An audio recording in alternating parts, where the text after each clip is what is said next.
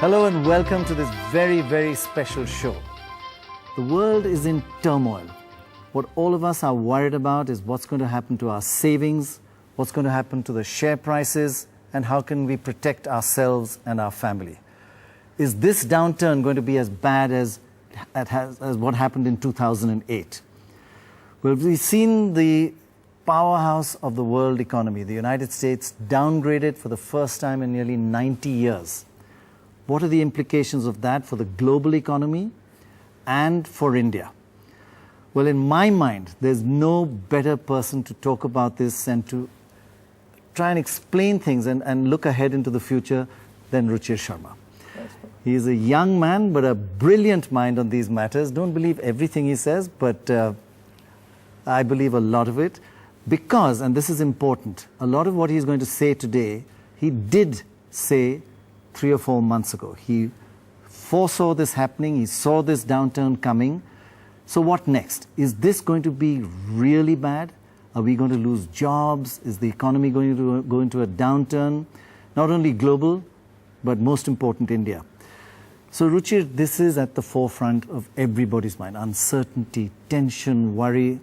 Is that also part of the problem, that uncertainty means people don't want to act? If you look at the historical cycles, and often history is a good guide in terms of what's going to come in the future, right, that the economic cycle in the US has followed a fairly standard pattern, that whenever there is an underlying unresolved issue in the economy, in the third year, that problem comes to resurface. And I think that's exactly what we're seeing now. So the underlying problem this time is too much debt, and that was not rectified exactly, the last time. that was not rectified. So this 3-year problem, just explain that. Yeah. You have 2 years of kind of semi-recovery, and then a third year it goes back, and that's a pattern? Yes, that's a pattern. In terms of, we looked at patterns over the last century, and what we see there is a pretty standard pattern, which is that that after a big crash, there's a lot of effort which is put into revive the system, right, and that produces an economic recovery for about a couple of years.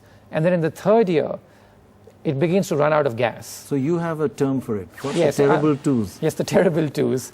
Because if you look back at the previous instances in the 1970s, when the underlying problem was inflation, right, the 1930s when debt was again the problem, right, or even going back another 20 years prior to that, when we suffered the great financial panic of 1907, right, that in the third year after the recovery began, there was some sort of a relapse. Now, the relapse is not as severe as the initial downturn, but it is still a setback. The worrying point, therefore, from this is that 2 years have gone, this is the third year. Yes.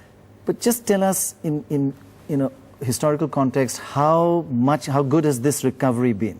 Yes. In terms, I think that's been the problem. I know a lot of attention has been focused on the debt downgrade, but I don't think that's really the fundamental problem. Right. The US has enough ability, it has the world's reserve currency to be able to fund its debt. Yes. The real problem, which I think that the world is worried about, is that the US economy this time was the weakest economic recovery on record.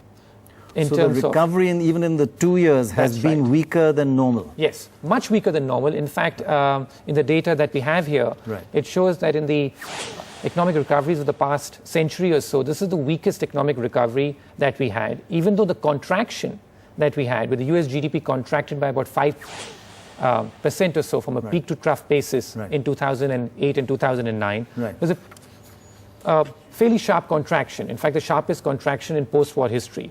So you got a sharp contraction and then the weakest economic recovery ever. Now, historically, there's a ratio, which is that typically after a contraction, the recovery tends to be twice as fast. What we call the 2-to-1 rule. So if an economic recovery contracts by about 10%, the first year after in the recovery tends to be about 10% or so, a 2-to-1 rule. It bounces back very sharply. This time we saw something very strange happen, which is a sharp recession and then a very weak recovery. And over the past couple of months, we got increasing signs that this recovery is virtually screeching to a halt. NDTV's cricket app, Android and iPhone. Fastest scorecard, special analysis, and much more. Download free. NDTV.com/apps.